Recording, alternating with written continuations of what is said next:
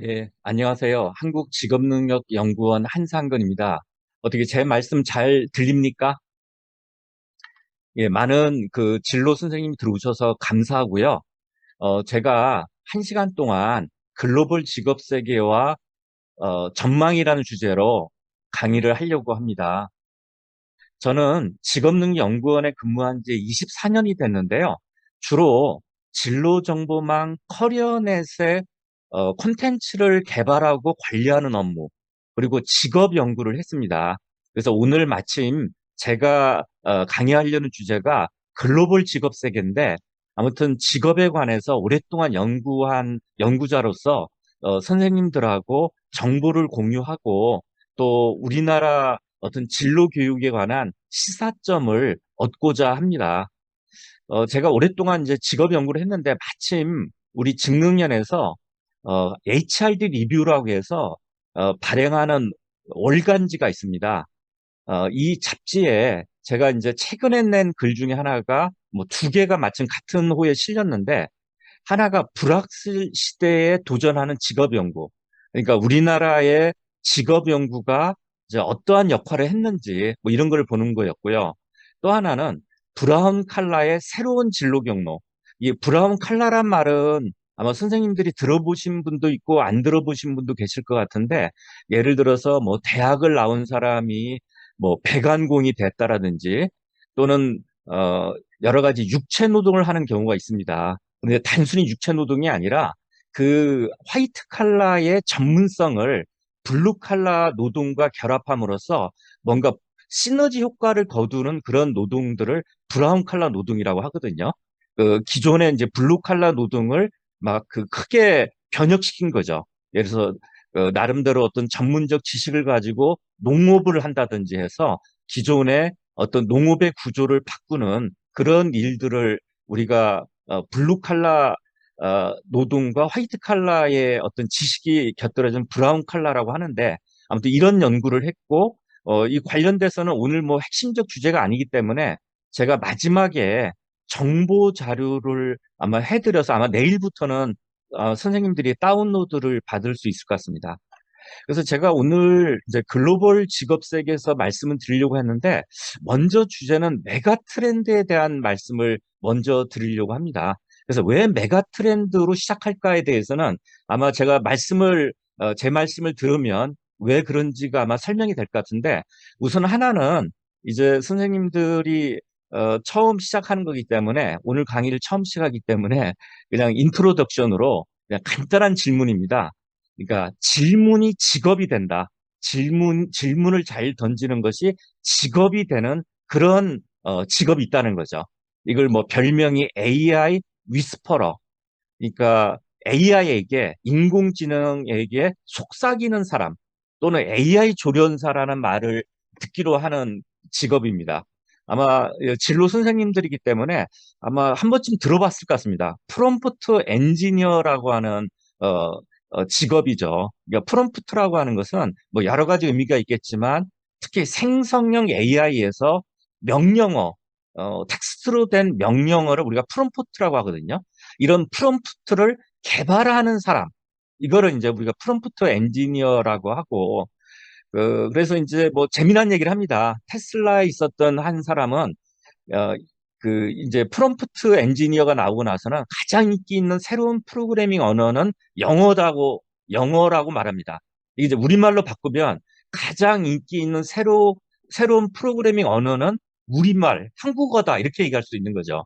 이제 굳이 어려운 컴퓨터 언어를 배우지 않고도 한글만 텍스트를 잘 집어넣으면 이제 프로그램이 된다라는 그런 의미죠. 그래서 아무튼 이런 프롬프트 엔지니어는 AI로 생성되는 그런 텍스트 프롬프트를 기획하고 만드는 사람인데, 뭐 미국이나 독일에 대한 연봉이 나오지만 뭐 상당하죠. 뭐 우리나라 연봉으로 보면 뭐 3억에서 5억 정도 되는 그 정도의 연봉을 받고 있는 직업입니다. 조금 더 본격적으로 와서 오늘 제가 글로벌 직업 세계에 대해서 말씀을 드리려고 하는데, 왜 우리가 글로벌 직업 세계, 뭐 다른 말로 해서 왜 다른 나라의 사례를 우리가 어, 진로교육과 관련돼서 우리가 알아야 될까에 대한 말씀입니다. 그래서 이건 좀 오래된 책인데 이런 책이 있어요. 뭐 미국을 제대로 알면 우리의 오늘과 내일이 보인다. 그런가 하면 또 이거 뭐 이규영이라고 하는 아마 돌아가신 영화 감독인데 아마 이분이 일본을 우리나라에 알려주는 그런 책들을 많이 썼거든요. 이분이 쓴 책 중에 뭐 이런 게 있습니다. 일본을 읽으면 돈이 보인다. 그래서 뭐 지금 보면 조금은 글쎄요. 뭐 지금 그렇게 약간 유치해 보기도 하는데 근데 최근에 나온 책은 이런 책도 있습니다. 눈 떠보니까 우리가 선진국이다. 이런 얘기도 있습니다. 그런데 그 부제가, 그 영어로 된 부제가 조금 이제, 재미난, 심각한 얘기가 있죠. already. 우리가 한 벌써 선진국이 됐다는 겁니다. 그러나 but not yet. 그러나 아직은 아닌 것 같다. 그러니까 우리가 보면 GDP만 보면 거의 선진국에 근접을 한 거죠. 그러나 우리가 갖고 있는 여러 가지 뭐 시스템이라든지 문화라든지 여러 가지 또 다른 측면을 보면 아직은 선진국이라고 말하기는 어렵다. 뭐 이런 말이죠. 아무튼 우리가 해외를 다른 선진국을 본다라는 것은 사실은 우리를 이해하기 위한 거라는 말씀을 드리는 거죠. 특히 우리의 미래를 이해하는 거다. 그래서 조금 더 정리를 한다면 왜 오늘 제가 글로벌 직업 세계에 대해서 우리 진로 선생님들하고 이야기를 할까? 하나는 이 선진국의 사례를 잘 보면 우리나라 일자리의 미래를 좀 읽을 수 있습니다. 또 하나는 직업 세계의 다양성을 또 선진국을 통해 볼 수 있죠. 우리나라의 뭐 직업이 한 17,000여 개를 알려졌는데 미국에는 3만 개가 있다고 알려져 있죠. 그러면 우리나라에 없는 또 직업들을 외국에서 찾아볼 수 있는 겁니다. 그래서 또 하나는 오늘 제가 이제 강의에서 여러 나라의 사례를 얘기하겠지만 어떤 직업을 우리가 어떻게 접근해야 될까? 직업 선택을 어떻게 해야 될까? 직업을 어떻게 바라봐야 될까? 직업의 진정한 의미는 무엇일까에 대해서 뭔가 생각하게 할 수 있는 요소가 많이 있거든요. 다른 나라의 사례를 보면. 그러니까 우리만 바라보지 말고 다른 나라를 봄으로써 뭔가 우리나라의 직업에 대한 이해를 넓힐 수 있다라는 그런 의미가 있다는 겁니다. 그리고 또 하나는 아마 오늘 이제 강의 듣는 분 중에 뭐 특성화고등학교 선생님도 계시고 그럴 것 같은데 또는 고등학교를 졸업하고서 또는 뭐 대학을 갔어도 마찬가지죠. 뭔가 외국으로 취업을 원하는 사람이 있습니다. 그래서 외국에 뭐 캐나다, 미국, 호주 이런 나라로 취업을 한다면 도대체 어떤 준비를 해야 될까? 뭐 이런 것도 역시 글로벌 직업 세계에 대한 이해로부터 우리가 알 수 있는 거죠. 아무튼 제가 이제 크게 세 가지를 얘기한 거죠. 그 중에 하나가 사실은 이제 우리의 미래를 볼 수 있다는 겁니다. 외국의 사례를. 그래서 미래를 보기 위한 얘기로서 이건 이제 여러 나라를 이해하고 우리나라를 이해하는데 하나 이제 제가 하나의 개념을 하나 가져왔는데 물론 선생님도 알고 있는 개념이죠. 메가 트렌드라는 개념입니다. 그러니까 트렌드가 있고 메가 트렌드가 있죠. 그러니까 메가 트렌드라고 보면 10년 이상 또는 뭐 2, 30년 이상 장기적으로 지속되는 거대한 어떤 흐름을 메가 트렌드라고 하죠. 거기에 비해서 트렌드는 한 10년 이상 정도, 5년 이상, 5년 이상, 뭐 짧게는 3년, 많게는 5년 이상 지속되는 그런 어떤 지속적인 경향성을 우리가 트렌드라고 하는데 아무튼 트렌드하고 메가 트렌드의 개념을 우선 우리의 어떤 그 직업 세계 이해하는 데 있어서 한번 짚고 넘어가자는 겁니다. 어떤 이슈가 나타나면 뭐 지금도 보면 최근에도 팬데믹이라든지 또는 굉장히 다양한 이슈들이 나타나고 있죠. 새롭게 등장하고 화제가 되고 있는 물건들도 있었고요. 그래서 제가 지금 화면에 제시하고 있지만 뭐 다마고치라든지 양배추 인형이라든지 대만 카스테라 이런 것들이 한때는 굉장히 화제의 어떤 물건들, 물품들, 상품들이었고 또 사람들이 굉장히 찾는 인기 있는 것이었죠.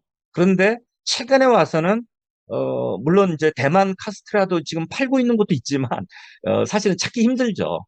잠깐 사라지는 것들 이런 걸 우리가 트렌드라고 하지 않습니다.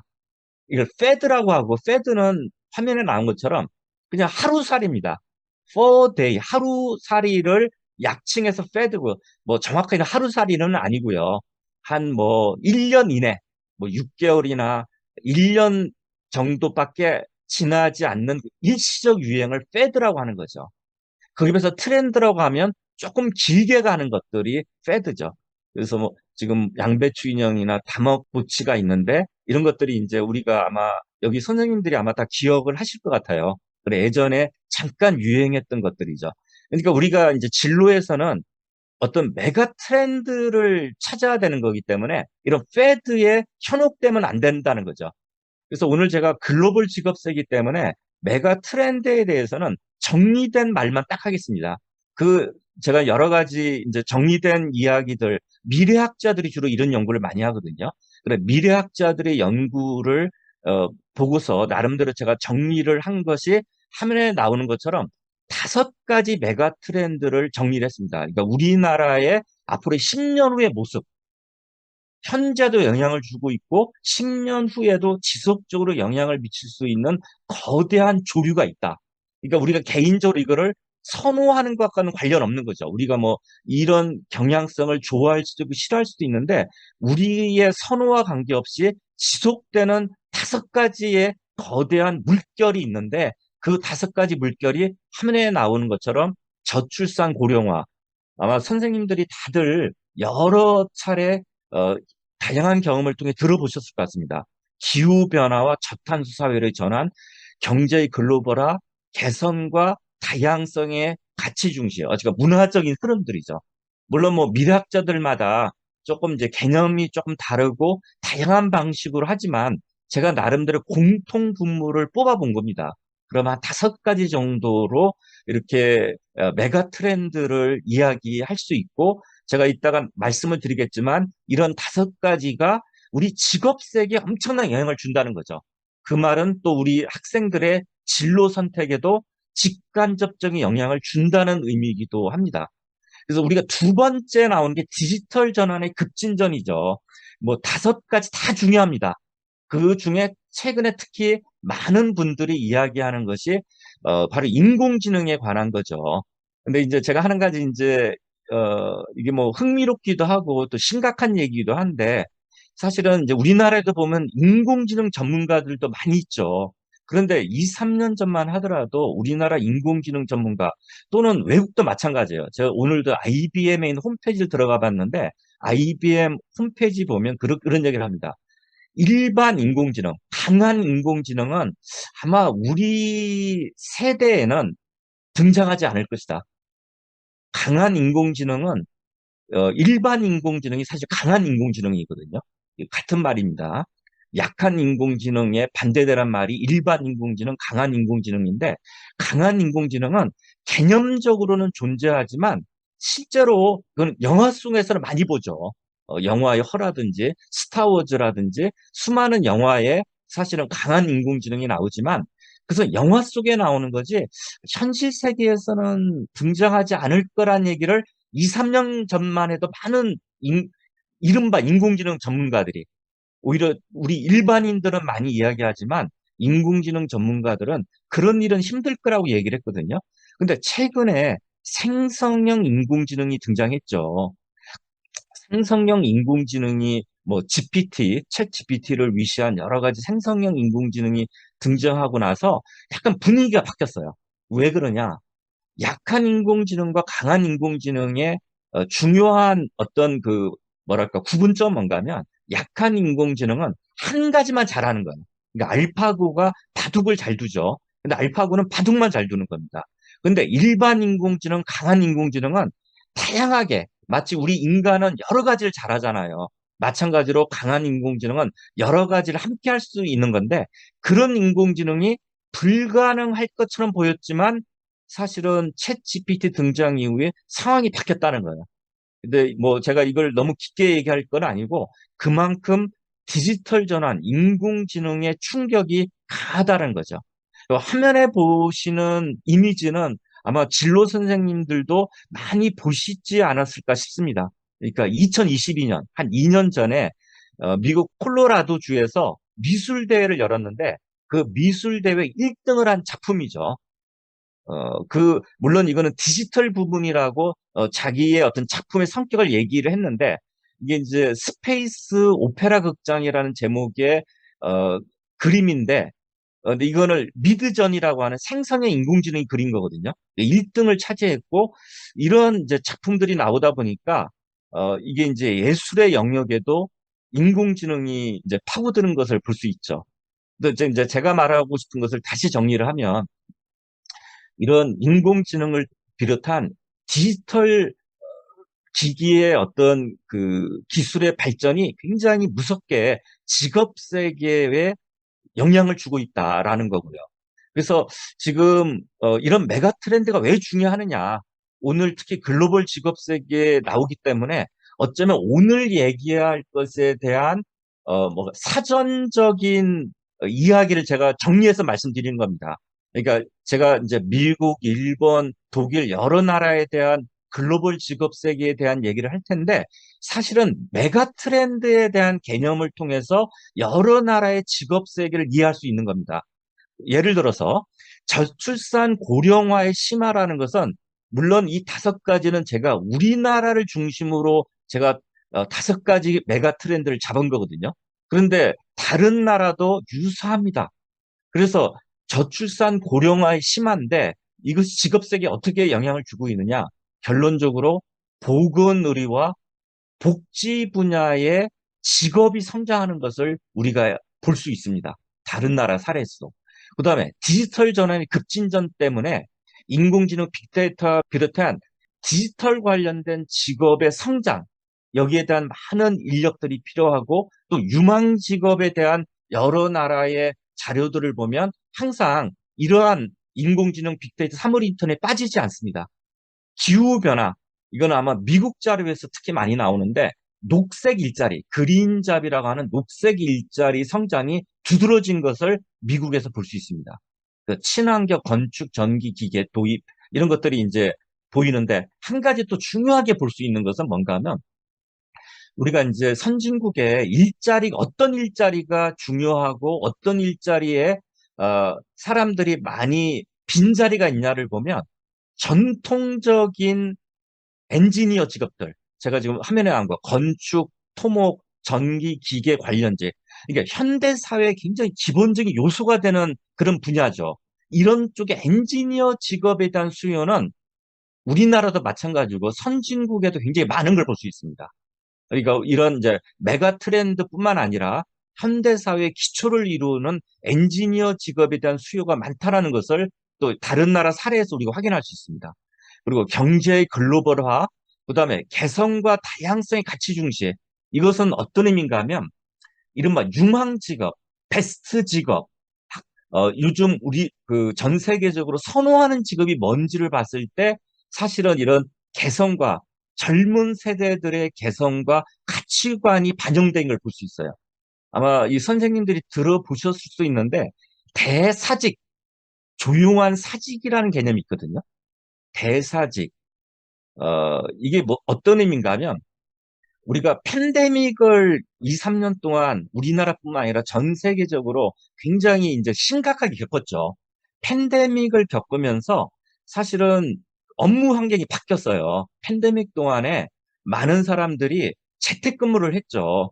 그리고 뭐 워케이션이 기 이코노미 같은 여러 방식의 사무실에 직접 나가서 일하는 것이 아니라 또는 다른 방식의 기존의 이제 어떤 자본과 노동 관계가 아니라 다양한 유형의 어떤 업무 환경이 나타났거든요. 근데 팬데믹이 끝났어요. 그럼 어떤 일이 벌어질까요? 그래서 이제 뭐 앨런 머스크가 그러죠. 무조건 나와라. 그러니까 재택근무 안 된다라고 막 주장하는 CEO도 많아요. 그런데 이미 팬데믹 기간에 재택근무를 한 사람들 입장에서는 회사에 가기 싫은 거예요. 그래서 대사직이란 말이 바로 그런 의미예요. 팬데믹이 끝나고 나서 사무실에 나오자고 하니까 사람들이 사표를 막 내는 거예요. 이걸 대사직이라고 하거든요. 또 하나는 이걸 이제 사표를 내고 싶은데 사표를 내기에는 조금 그럽니다. 그럼 조용한 사직을 하는 거예요. 조용한 사직은 어떤 의미인가 하면 실제로 사표를 내는 건 아니고 최소한의 일만 하는 거예요. 자기가 주어진 일 가운데 잘리지 않을 만큼의 일을 하는 조용한 사직이라고 말하는 겁니다. 이런 것도 팬데믹 기간을 통해서 전 세계적으로 유행하고 있는, 그러니까 우리나라에도 이런 현상들이 조금 있죠. 아마 선생님들이 소울리스 자라고 하는 한 2년 전에 이게 그 에버랜드에서 그 막 춤을 추고 했던 알바생이 있었거든요. 소울리스 자라고 해서 유튜브에 최고 스타가 된 적이 있었죠. 근데 왜 솔리스가 영혼이 없단 말이잖아요. 이 사람이 굉장히 일을 잘하지만 영혼 없이 그 막 춤을 추면서 그렇지만 똑부러지게 일하는 모습. 뭐 이런 것들이 이제 사람들한테 굉장히 인상 깊어서 소울리스, 영혼이 없다는 그런 이제 최고의 어떤 그런 인물, 소울리스 자라는 별명이 붙은 사람이 있었는데 이것도 지금 얘기했던 이런 경향들과 관련되고 제가 왜 이 얘기를 드리는가 하면 이따가 보겠지만 요즘 젊은 세대들이 직업을 바라보는 어떤 그 생각들이 바뀌고 있다는 얘기를 드리는 겁니다. 그러니까 좋은 직업을 선택하는 기준 중에 하나가 바로 이거라는 겁니다. 조금 더 본격적으로 들어와서 오늘 뭐 진로 선생님들한테 조금이라도 도움이 되는 어떤 강의가 되면 좋겠고요. 좀 미리 말씀을 드리면 제가 뭐 한 그 50분 동안 굉장히 이제 압축적으로 제가 강의를 하기 때문에 질문을 중간중간에 제가 받기는 좀 힘들거든요. 그래서 질문을 마지막에 채팅창에 주시면 제가 응답을 좀 드리겠습니다. 마지막에 주시고 중간에 주시면 제가 응답하기는 좀 쉽지 않습니다. 그 말씀을 이제 미리 드립니다. 오늘 제가 글로벌 직업 세계에 대해 말씀을 드리는데 그러면 이제 어떤 나라를 얘기할까가 궁금한데 우선 화면에 보는 것처럼 실제로 글로벌, 그러니까 우리나라 사람들이 채용을 많이 하는, 우리나라 사람들이 많이 진출하는 나라들은 어디냐? 보면 중국, 미국, 일본, 베트남입니다. 반면에 우리나라 사람들이 취업을 원하는 나라는 어디냐? 캐나다, 미국, 호주, 유럽, 일본 순입니다. 자, 여기서 어, 채용이 많이 되는 나라를 중심으로 볼까요? 아니면 우리가 취업을 원하는 나라를 중심으로 볼까요? 뭐 선생님마다 다르겠지만 아마 두 번째를 선호할 수 있을 것 같아요.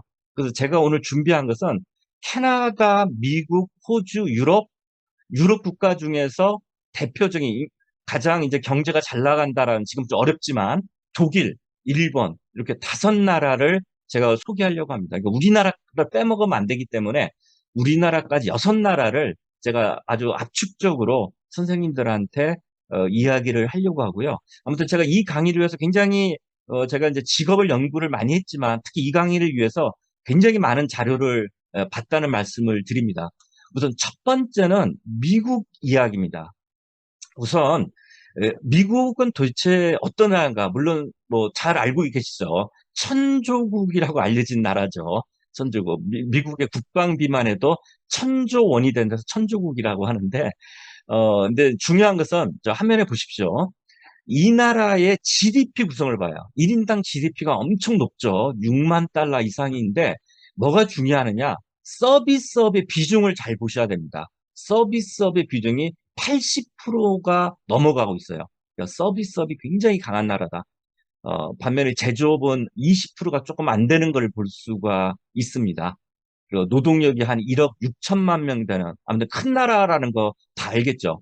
여기서 좀 선생님들한테 지나가는 퀴즈 냅니다. 자, 미국이 있고 EU 전체 국가가 27개 기구거든요. 미국과 EU 전체 국가의 GDP를 비교하면 미국이 높을까요? EU 전체 국가가 높을까요? 이게 사실은 한 20년 전만 해도 왔다 갔다 하고 EU가 더 높기도 했거든요. 근데 최근에는 미국이 더 높습니다. 그리고 앞으로 아마 미국이 훨씬 더 그 GDP가 더 성장할 거라고 보고 있습니다. 사실 이거는 뭐 여러 가지 해석이 가능한데, 뭐 한 가지 해석 중에 하나는 미국이 디지털 전환에 앞섰다라고 이야기를 합니다. 그래서 우리가 뭐 테크 기업을 세계적으로 유명한 테크 기업을 보면 사실 미국 기업이 많은 걸 볼 수 있죠. 그래서 이런 것과 관련돼서 미국이 굉장히 앞서고 있다. 그리고 제가 또 이제 저는 직업을 연구한 사람이라고 했는데 제 직능면에서 24년 동안 직업을 연구했는데 사실은 이제 우리 직업을 연구하는 사람한테 미국은 항상 빠지질 않습니다.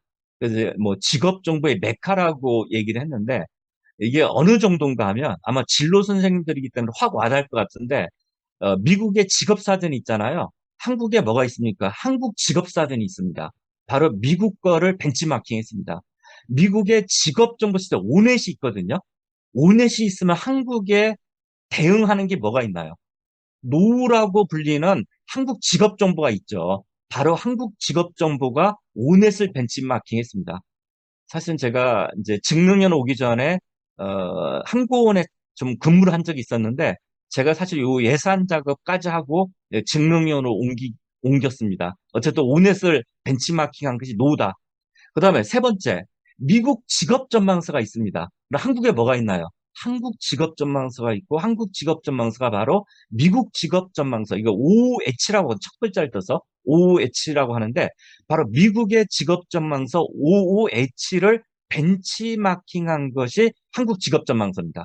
이만큼 이건 뭐 우리가 이제 너무 미국을 따라했다라고 뭐 이야기할 수도 있지만 이거는 이제 다른 나라와 비교를 해도 미국의 직업 정보가 굉장히 스탠다드하고 우리 정평이 나 있습니다. 그래서 이거는 뭐 반드시 부정적으로 볼 거는 아닙니다. 이게 바로 이제 미국의 직업 정서 OH인 거죠. 제가 이제 직업에 대한 얘기를 하려고 하는데 항상 선생님들이 우리나라를 볼 때도 그렇고 외국을 볼 때도 이거 하나는 굉장히 명심해야 됩니다. 뭘 명심해야 되는가 하면 직업을 볼 때는 항상 산업과 같이 봐야 돼요. 그러니까 산업과 직업은 약간 동전의 양면이거든요. 동전의 양면이고 이걸 함께 봐야지 한 가지만 보면 약간 편향될 수가 있습니다. 그래서 미국의 어떤 산업 구조를 보면 미국의 이제 산업별로 취업자 수를 본 겁니다. 취업자 수를 봤더니 어떤가요? 미국의 교육 및 보건 서비스가 가장 커져. 그러니까 세계적으로 지금 좀 의료 시스템이 발전돼 있는 뭐 잘 돼 있다고 말하기 힘들어요. 미국의 국민들은 힘듭니다. 근데 어쨌든 의료 기술은 발전돼 있는 나라가 미국이고 그리고 세계적인 잘 나가는 대학교 순위 매기면 미국 대학이 뭐 상위 50위에 굉장히 많이 들어갑니다. 교육과 보건 서비스 앞서죠. 전문 사업 서비스 앞서죠. 이게 이제 미국의 모습입니다. 그래서 제가 이제 전문 사업 서비스인데 오늘 설명을 제가 지금 시간 관계에서 많이는 못할 것 같고요. 대신에 이거 강의 끝나면 내일 요거 강의 자료를 올려놓을 테니까 이 자료를 좀 보시면 됩니다. 호스피탈리티 산업도 굉장히 성장하고 있는 걸 볼 수 있습니다. 레크레이션 숙박업인데 그럼 미국이 원래부터 교육 보건 서비스와 전문 사업 서비스가 성장했느냐? 그렇지는 않습니다. 그래서 82년만 하더라도 나오죠. 매뉴팩처링이라고 해서 제조업과 또 소매업이 앞섰던 나라죠. 그런데 이 나라가 이제 매년 이게 바뀌는 걸 볼 수, 특히 90년대 이후로 굉장히 급속하게 제가 이 자료를 이제 80년대 이전도 봤거든요. 근데 별로 이렇게 바뀌는 게 없어요. 그런데 90년대 이후에는 굉장히 급격하게 바뀌는 것을 순위가 막 바뀌는 걸 눈에 막 띄죠. 그래서 교육 보건 서비스가 굉장히 앞서고 그 다음에 전문 사업 서비스가 그 다음을 차지하고 있는 걸 볼 수 있습니다. 그러면 직업은 어떤가? 아까 이제 OH 미국 직업 전망서를 얘기했죠. 그래서 미국에서 어떤 일자리가 가장 많이 나오느냐? 그러니까 가장 많은 데이터를 확보하고 있는 나라가 미국이기도 합니다. 그래서 우리가 잠깐만 미국 얘기를 많이 하는데 미국에 보면 가장 일자리가 많이 생기는 앞으로 10년 동안 2032년까지 10년 동안 일자리가 많이 생기는 직업이 화면에 나와 있는 이 직업들입니다. 보면 잘 보시면 보건의료, 복지와 관련된 직업들, 또 하나는 IT, 디지털과 관련된 직업들이 굉장히 많은 걸 볼 수 있고요. 보건의료 관련된 직업이 여럿이 있는데 그게 하나가 공인간호사, 전문간호사란 말이 있죠. 그래서 이거 뭐 간단하게만 알아보겠습니다. 시간에서. 이거 뭐 영어로 RN, 첫 글자 떠서 공인간호사, 그 다음에 전문 간호사를 MP라고 하거든요. 설명이 나온 것처럼 전문 간호사라는 거죠. MP는 전문 간호사고, 이제 우리나라에는 사실 우리가 생각하는 전문 간호사와 다르죠. 우리나라는 무조건 의사의 어떤 감독하에 의사가 어떤 그 처방전을 꺼낼 수 있는데, 그 미국 몇몇 주에서는 전문 간호사가 처방할 수 있다라는 그런 얘기죠. 그래서 어쨌든 미국에서 아까 일자리가 가장 많이 늘어나는 직업을 얘기했죠. 저 화면에 나온 것은 이거 잘 보셔야 됩니다. 반대는 아니고 비율이 높은 거. 앞으로 10년 동안 성장 비율이 높은 거. 첫 번째로 봤던 거는 절대적으로 일자리가 많이 나타나는 직업이라면 지금 보는 화면은 가장 일자리가 빠르게 성장하는 직업들. 그러니까 우리가 유망 직업이라고 하는 것은 사실 이 자료를 봐야 됩니다. 유망 직업이라고 하는 것은. 근데 첫 번째 직업이 눈에 띕니다. 풍력 터빈 서비스 기술자. 이게 바로 그린잡이죠. 녹색 직업이죠. 녹색 일자리와 관련된 거고, 또 이제 화면에 나오는 것들을 보면 사실 IT와 관련된 직업들, 또 보건의료와 관련된 직업들이 눈에 띄는 것을 볼 수가 있습니다. 그리고 이제 미국 US 뉴스라고 하는 뉴스 잡지에서 뉴스 미디어에서 베스트 잡을 매년 발표하거든요. 굉장히 따끈따끈한 자료입니다. 가장 최근 자료인데 US 뉴스에서 본 미국의 최고 직업, 베스트 직업을 봤더니 1위가 아까 얘기했던 전문 간호사입니다. 그리고 금융 매니저, 소프트 개발자, IT 매니저 순서로 나옵니다. 뭐 유전 상담사 이런 직업도 있죠. 우리나라에 없는 직업인데 근데 여러분들은 진로 선생님들은 항상 이런 자료를 볼 때 반드시 유의해야 될 거 있습니다. 이게 무슨 말인가 하면 순위만 보면 안 됩니다. 이게 무슨 말씀인가 하면 이런 순위가 왜 생겼느냐, 이런 직업 순위, 아까 베스트 잡이 나왔는데 미국에서 이런 베스트 잡을 만들려고 할 때는 어떠한 기준으로 만들었는지 그 기준을 봐야 됩니다. 이게 이제 오늘 제가 선생님들한테 얘기하고 싶은 가장 중요한 얘기 중에 하나입니다. 예를 들어서 이거는 이제 잡지에 따라서 나라에 따라 다 틀린 거죠. 우리나라에서도 다르고. 그래서 미국 US 뉴스에서는 보면 5가지를 보고 있는 거 볼 수 있어요. 전망, 그러니까 일자리 전망이죠. 임금, 고용이 얼마큼 쉽게 될 수 있느냐, 직업 안정성, 일과 삶의 균형. 바로 일과 삶의 균형의 또 자세한 내용을 봤더니 맨 끝을 보면 재택근무 가능 여부도 나오죠. 제가 아까 뭐 잠깐 말씀드린 것과 관련됩니다. 이러한 5가지 기준에 따라서 베스트 잡을 구했다는 거예요.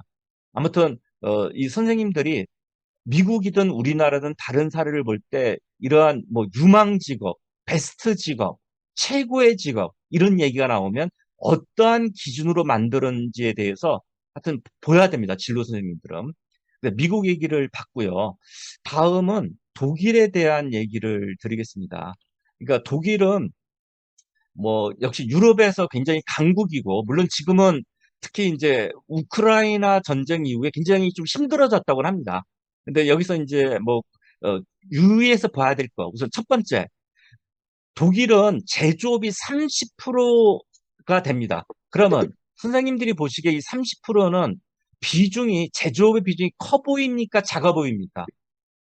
물론 서비스업에 비해서는 작지만 이거는 이제 상대적으로 봐야 되죠. 상대적으로 보면 30%는 굉장히 많은 겁니다. 그래서 뭐 미리 말씀드리면 일본, 한국, 독일이 제조업 비중이 큽니다.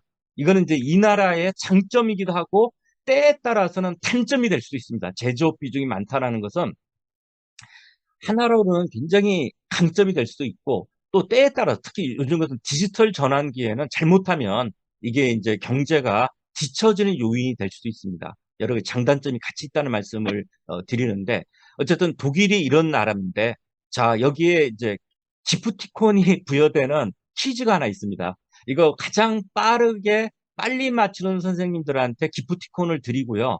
채팅창에다가 정답을 적어주신 분한테 기프티콘을 드리는데 아마 마지막에 이 정리해서 그 채팅창에 올릴 겁니다. 그 지금 6개 기업이 있죠. 6개 기업 가운데 힌트를 드립니다. 3개 기업이 독일입니다. 아마 이미 맞춘 선생님들이 계시겠죠. 어, 메르세데스, 벤츠 쉽죠. 아디다스까지는 다 맞춥니다. 또 하나가 뭘까요? 맥주 좋아하시는 선생님들, 파울라너가 바로 독일 기업입니다.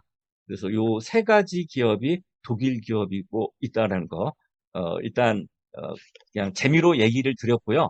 역시 산업을 받은다고 제가 말씀을 드렸죠. 우리가 직업을 바로 보면 안 됩니다. 산업과 직업은 동전의 양면이라는 말씀을 드렸고, 그러면 독일의 산업은 어떤가? 제가 이제 화면에 이제 그 독일 자료를 보고서 제가 요약된 거를 말씀드리면, 저 화면에 색깔을 약간 달리한 곳이 비중이 많은 겁니다. 독일의 취업자 비중이 많은 거 어디입니까? 제조업, 도소매업, 보급 및 사회적 돌봄, 어, 이런 분야의 어떤 취업자가 많은 것을 우리가 볼 수가 있습니다.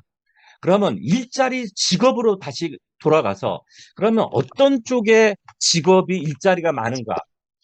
이제 자료를 하나 보시면 일자리가 많은 걸 말한 겁니다.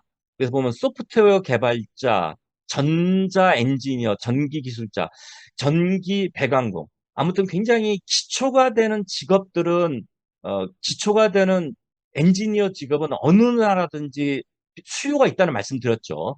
간호사, IT 컨설터 이런 IT 분야와 보건의료 쪽의 직업이 눈에 띄는 것. 어떤 크게 보면 미국하고도 유사하다고 할 수 있죠. 그리고 또 하나, 그 독일에서 유망한 직업에 대한 자료가 있어요. 그래서 제가 아까 그랬죠. 항상 이런 유망한 직업에 대한 자료를 볼 때는 어떤 기준인가를 봐야 된다고 했는데 여기에서는 간단하게 나왔어요. 어떻게 말했는가 하면 미래의 수요가 있거나 새로운 직업으로 발전 가능성이 높은 직업 10가지를 골랐다고 해요. 봤더니 1위가 미래의 직업, 그 다음에 미디어 인문학 및 사회과학자, 데이터과학자. 이걸 보고서 굉장히 독일스럽다는 생각을 해봤습니다. 독일스럽다. 우선 미디어, 특히 인문학자, 사회과학자를 유망 직업이라고 하는 것은 저도 이제 직업에 대한 연구를 많이 했지만 이렇게 하는 나라는 독일만 봤습니다. 일반적으로 유망 직업에 인문학자나 사회과학자 꼽히지는 않거든요. 근데 독일에서는 이렇게 꼽았어요, 아무튼. 피앙즈 트렌즈라고 하는 이러한 어떤 잡지사에서 뽑은 자료입니다. 그리고 미래의 직업이 도대체 뭘까? 이건 뭔가 봤더니 과거에 없은 새로운 직업들이다. 소셜 미디어 관리자, 그러니까 SNS 관리자죠. 그러니까 유튜브나 이 스포츠 전문가와 같은 직업들, 이런 미래의 직업들을 우리가 미래의 직업들, 그러니까 우리가 이제 ICT 관련된 신직업들이죠. 근데 저기 독일에서는 이게 미래의 직업이라고 이렇게 말을 했어요. 어쨌든, 우리가 이제 충분히 아마 선생님들이 이해를 하실 것 같아요. 그러니까 ICT 관련된 직업들이 독일에서 가장 유망한 직업으로 꼽히고 있는 것을 우리가 볼 수 있죠. 다음으로는 일본입니다. 그래서 뭐 나라별로 지금 자세하면 좋겠지만 시간 관계상 제가 압축적으로 얘기를 하는 거 선생님들 이해를 해주세요. 일본인데 일본도 제조업 강국입니다. 그래서 제조업 비중이 30%가 되고요.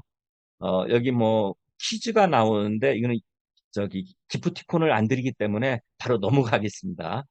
그래서 일본의 산업을 보면 그 상단에 있는 것들이 비중이 많은 거예요.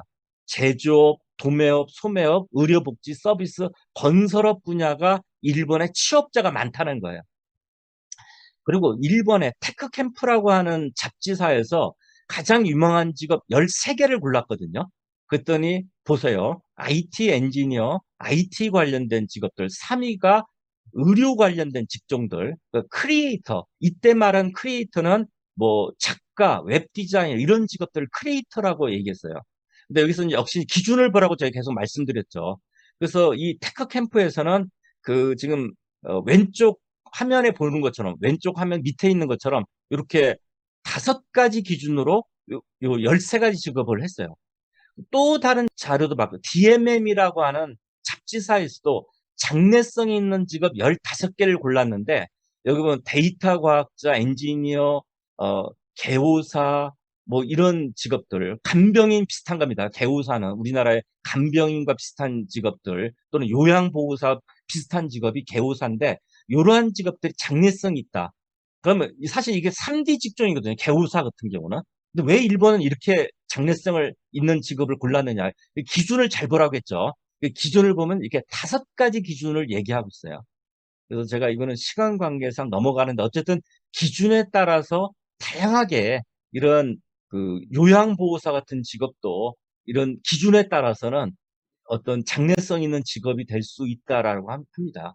사실은 이제 개호사 같은 경우는 외국인들을 많이 메워요. 우리나라 사람들이 죽어도 일본에 취업을 해야 되겠다. 뭐 컴퓨터 프로그래머로 취업하면 좋고요. 근데 그것도 준비가 안 됐다면 이제 개호사로 갈 수 있죠. 그런 이제 기피직종이기 때문에 추천하기는 힘듭니다. 다음으로 캐나다를 보겠습니다. 선호하는 나라 중에 하나고 또 우리나라 사람들이 취업을 꽤 하는 나라기도 합니다. 캐나다의 발명품이 아닌 거는 뭘까 있을까요? 여기서 뭐 농구 캐나다 나왔고요. 네 번째 머리 염색약은 패션의 나라 프랑스에서 나왔습니다. 4번이 답인데요. 캐나다 이 나라도 보면 2천만 정도 되니까 아주 작은 나라는 아닙니다. 미국이 워낙 크기 때문에 캐나다는 굉장히 작게 보이지만 그래서 아주 작은 나라로 오해하면 안 된다는 말씀을 드리고 캐나다의 산업 구조를 보면 도매업, 서비스업, 보건복지 이쪽이 발전돼 있는 것을 볼 수가 있고 캐나다의 베스트 직업을 보면 이제 한명과 같은 뭐 세무사, 아동보호 실무자 뭐 이런 직업들이 캐나다에서 높게 나온 걸 볼 수 있고 여기에 이제 뭐 건축구조 기술사라는 직업이 나오죠. 5번이 왜 부학장이 학장들이 부학장이야 이거는 왜냐하면 채용 공고를 받기 때문에 이렇게 나온 거예요. 뭐 그때 기준으로 학장이 아니라 대학의 부학장을 많이 모집을 했나 봅니다. 근데 어쨌든 건축구조 기술사라는 직업이 나오는데 사실 이거는 아마 그 영화 미드 좋아하시는 분들 보면 프리즌 브레이크라는 미드가 있었죠. 그 스코필 우리말로 스코필 영어로 마이크 스코필드의 직업 우리나라 이선균 나이 아저씨의 직업이 바로 건축구조 아이, 기술자입니다. 미친. 캐나다 일자리 수요가 많은 직업들은 뭐냐? 만약 캐나다에 취업임을 가졌다라면 어떤 직업으로 가야 되냐와 관련된 거죠. 그래서 요 이제 자료를 보면 이런 간호사, 웹개발자, 전기 엔지니어, 트럭 운전기사 이런 직업들에 대한 어떤 그 일자리가 많은 걸 볼 수 있죠. 그 다음에 이제 또 다른 나라, 이제 마지막 나라입니다. 어떤 나라냐? 와이파이와 블랙박스를 발명한 나라. 이공계 천국이랍니다. 저도 이 자료를 보면서 이공계 천국이라는 말을 알게 됐는데 바로 호주입니다. 호주. 그래서 호주도 이제 그 영어권 국가 가운데 아주 이제 작은 나라만은 아닙니다. 땅덩어리는 물론 굉장히 크고 인구가 뭐 아주 큰 나라는 아닙니다. 우리나라보다 작기 때문에 좀 이렇게 큰 나라인가 싶은데 그래도 취업 기회가 꽤 되는 나라이기도 합니다. 그래서 일자리가 많은 산업 분야가 나오고요. 그럼 직업으로 갔을 때 어떤 직업이냐 수요가 많은 게 있는데 여기 이제 기프티콘을 주는 퀴즈가 있습니다. 이거 정확하게 빨리 맞추던 선생님한테 기프티콘을 드릴 건데요. 여기 보면 퀴즈가 나오죠. 물음표로 되어 있는 거. 젊은이들의 마음을 잡는 교육 건축가 물론 선생님이죠. 바로 2번이 숙제죠. 숙제가 아니라 퀴즈죠. 숫자 언어를 해독하는 금중 마법사가 뭐냐? 4번 우리 세상을 밝고 짜릿하게 만드는 밝은 불꽃 이런 수식어가 붙은 호주 사람들이 의외로 감성적이더라고요. 이게 어떤 거냐? 회계사와 전기기사입니다. 회계사와 전기기사를 얘기하는 겁니다. 그래서 제가 지금 압축적으로 얘기를 드리고 있는데 호주 자료를 보면서 재밌었던 것을 하나 말씀드립니다. 호주 자료 중에 하나는 호주에서 가장 행복한 직업을 얘기합니다. 가장 행복한 직업 10개를 뽑았어요. 근데 좀 생각을 해야 됩니다. 이거는 저는 약간 진로 교육 차원에서 생각하는 것을 많이 던지는 거였는데 소방관이 가장 행복한 직업 1위였습니다. 그리고 9위가 여행 가이드, 10번이 컨시어지. 아마 뭐 진로 선생님들은 아실 겁니다. 컨시어지. 호텔에서 여러 가지 손님들한테 뭐 안내를 한다든지 손님들의 여러 가지 요구를 들어주는 안내자 역할을 하는 게 컨시어지라는 직업이죠. 근데 어쨌든 10개 직업을 보고서 하여튼 여러 가지 생각을 하게 합니다. 이게 이제 돈 많이 버는 직업만은 아니거든요. 행복한 직업. 소방관은 사실 위험한 직업이기도 하죠. 근데 왜 소방관이 행복한 직업이냐? 어렸을 때 꿈을 실현했기 때문에 그렇다는 거예요. 그러니까 소방관이 되는 많은 사람들 중에 한 사람은 이제 다른 사람을 위해서 희생하는, 봉사하는 직업이고 어렸을 때 꿈을 자기가 이루기 때문에 행복하다는 거예요. 그래서 이게 행복한 직업을 찾는 것도 한번 우리가 생각을 해야 되겠다. 그래서 이 행복한 직업을 그 만드는 요소들을 제가 지금 화면에 제시했죠. 이런 걸로 우리가 이야기할 수 있다. 그다음에 이제 마지막으로 한국입니다. 우리나라를 빼놓으면 너무 섭섭하겠죠. 우리나라 자료 중에서 최근 자료를 간단히 소개하면 역시 산업 먼저 보자고 했죠, 우리가. 그래서 우리나라 보면 중분류로 보면 제조업, 도소매업, 보건, 사회복지 보면 사실은 다른 이제 선진국하고 어쩌면 산업 구조도 유사한 걸 볼 수가 있는데 여기서 하나 우리가 고민해야 됩니다. 우리나라의 제조업 비중은 많은 나라의 비중이 클까요, 적을까요? 화면에 나온 것처럼 우리나라 제조업 비중이 39%죠. 일반적으로 30%만 넘어가면 제조업 비중이 높은 거거든요. 이거는 어째 상대적으로 봐야 됩니다. 그래서 30%가 넘어가면 제조업 비중이 높은 건데 우리나라의 경우 무려 39%가 됩니다. 그러니까 사실 우리나라가 제조업 강국입니다. 제조업 강국.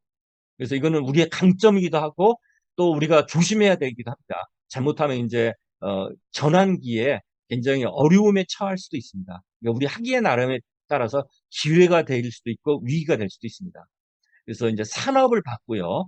그러면 직업은 어떤 직업이냐? 화면에 나오는 것처럼 가장 일자리가 빠르게 늘어나는 직업들, 또 오른쪽은 가장 빠르게 쇠퇴하는 직업들, 그러니까 증가하는, 성장하는 직업과 쇠퇴하는 직업을 제가 화면에 보여주는 겁니다. 아마 진로 선생님들이 아마 이 개념을 충분히 이해했을 거라고 제가 믿습니다. 자, 여기서 진로 선생님들한테 한번 생각을 해봐야 되는데 10개 표준 직업 분류 10개 가운데 앞으로 일자리 가장 늘어나는 직업군은 어딜까요? 정답은 2번입니다. 전문가입니다. 서비스직이 아닙니다. 전문가 가장 많이 늘어나고 그 다음이 서비스직입니다. 그리고 선생님들이 혹시 학교에서 뭐 활동할 때 필요할 것 같아서 하나 제가 말씀드리는데 학교 선생님의 직업군은 10개 가운데 어디 속할까요? 이게 전문가입니다. 이거를 서비스 종사자라고 하면 안 됩니다. 제가 설명을 안 드리겠습니다. 학교에 보면 다양한 직업들이 있어요. 교사, 교감, 보조선생님, 이와 관련된 직업들. 제가 지금 시간 관계상 설명을 드리지는 않겠습니다. 이렇게 이제 볼 수 있고, 제가 이제 여러 가지 외국의 사례를 봤는데 정리를 해드립니다. 왜 우리가 글로벌 직업 세계를 봐야 되느냐? 선진국을 봄으로써 우리나라 일자리 미래를 읽을 수 있다는 거예요. 그래서 우리나라 메가 트렌드라고 하는 것이 상당히 보편적이다. 그러니까 우리나라만의 이야기가 아니다. 그래서 다른 나라 사례에서 보면 IT, 보건의료, 사회복지, 녹색직의 발전 가능성을 우리가 볼 수 있었어요. 또 하나 왜 외국을 보느냐? 직업 세계 다양성을 이해할 수 있다는 거예요. 그러니까 우리나라뿐만 아니라 다른 나라에 다양한 직업이 있다는 걸 볼 수 있고 또 하나는 아까 캐나다 호주 사례에서 볼 수 있듯이 우리가 직업 선택을 어떻게 할 것인가 여러 가지 고민거리를 던집니다. 사실은 이거는 자기의 어떤 세계관, 가치관에 따라서 나는 사실 행복한 직업을 선택할 수도 있는 거거든요. 그래서 여러 가지 것들을 던진다. 또 하나는 글로벌 취업 기회를 탐험할 수 있었다. 그리고 여러 나라 사례를 보면 여기 보면 일자리 수요가 많은 직업들이 어떤 건지 IT 보건으로 엔지니어 이런 직업들을 볼 수 있죠. 뭐 진로 교육 관련돼서는 제가 1, 2부만 간단히 말씀드리면 사실은 이제 제가 직능년에 있으면서 이제 뭐 진로 교육과 관련된 일들을 많이 했고요. 제가 한 2년 전에는 이번에 이제 2022년 개정 교육 과정이 나왔는데 이 개정 교육과 관련돼서 사실 직능년 세 가지 연구가 있었거든요.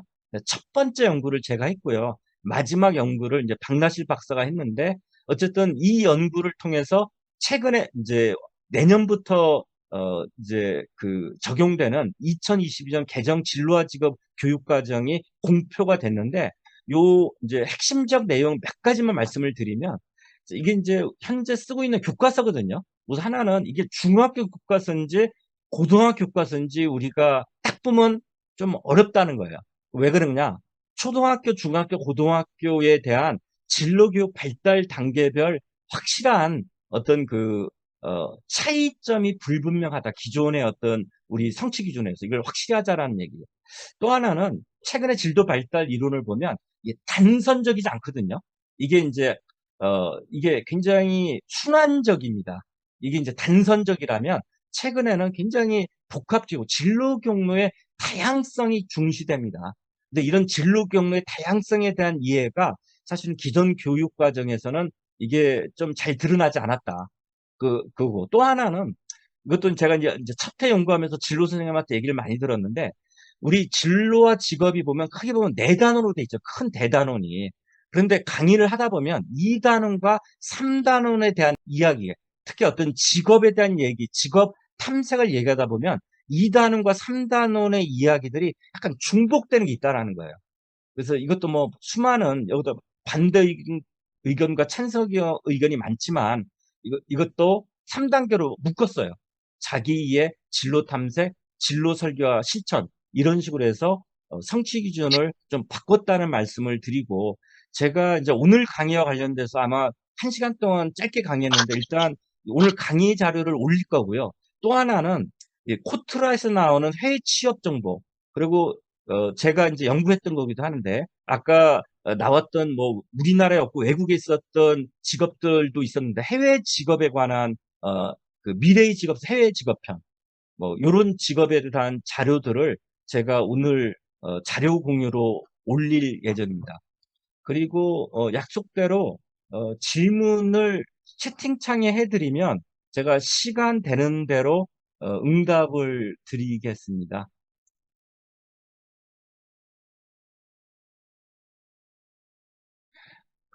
아까 말씀드린 것 중 하나가 이제 해외 직업편이라고 하는 미래 직업성의 해외 직업편이 있었죠. 그래서 유전 상담사라는 직업이 미국에서 잘 나가는 직업 하나였거든요. 미국에서 베스트 직업 중에 하나가 유전 상담사, 제네틱 카운셀러라고 하는 직업인데, 그러니까 유전병이 있는 사람들에 대해서 본인이나 자녀들한테 상담을 해주는 게 유전 상담사예요. 그러니까 우리나라에도 보면 아마 아주대 병원에서 유전 상담사라는 직업을 우리나라에 도입하려고 노력을 했는데 잘 안 된 걸로 알고 있습니다. 우리나라의 여러 가지 의료법과 잘 안 맞아서 어, 도입을 하지 못했는데 어쨌든 유전 상담사라고 하는 직업이 있다는 말씀을 드리고요. 그리고 이제 개정 교육 과정에서 제가 이제 말씀을 몇 가지 드렸지만 어떤 메가 트렌드를 비롯한 여러 가지 미래 직업 세계의 변화에 대해서 학생들이 더 체계적으로 공부를 해야 된다는 거. 특히 다양한 진로 경로에 관한 부분들. 이런 것들이 2022 개정 교육 과정에서 굉장히 강화된 것 중에 하나라는 것을 제가 이제 특별히 강조를 드립니다. 또 하나는 이제 진로 설계와 관련돼서도 이게 이제 진로와 직업을 공부했는데 이게 여러 가지 뭐 자기 이해도 하고 직업 탐색까지 했는데 이게 실제로 자기의 진로에 얼마만큼 영향을 미쳤는지 잘 모르겠다라고 말하는 사람도 있거든요. 그래서 이번 교육 과정에서는 직접적으로 학업에 관한 부분을 공부 방법, 학교에서 이제 여러 가지 공부를 많이 하죠. 그래서 학업 방법, 학업 설계에 대한 부분을 굉장히 강조했어요. 이런 것들이 2022 개정 교육과정과 관련된 것들이라는 말씀을 드리고, 아무튼 제가 글로벌 직업 세계에 대한 여러 가지 말씀을 드렸는데, 이런 글로벌 직업 세계의 변화가 사실은 우리나라의 어떤 메가 트렌드라고 하는 거대한 변화와 함께 간다는 것을 우리가 볼 수 있었죠. 외국의 사례가 단순히 외국의 사례로 끝나는 게 아니라 우리나라도 사실은 선진국의 문턱에 들어섰기 때문에 우리나라의 직업 세계의 변화하고 외국의 직업 세계의 변화가 사실은 크게 보면 유사합니다. 물론 뭐랄까, 자세히 보면 다르죠. 그것도 이제 다르다는 것도 굉장히 중요한 포인트지만 또 크게 보면 굉장히 유사하게 간다라는 거. 그래서 글로벌 직업 세계와 우리의 직업 세계를 같이 이해해야 된다는 것을 아마 선생님들하고 같이 했다면 제가 1시간 동안 여러분과 함께 했던데 큰 보람으로 느끼겠습니다. 제 강의는 여기까지 마치겠습니다. 장시간 제 강의 들어주셔서 감사합니다. 선생님 감사합니다.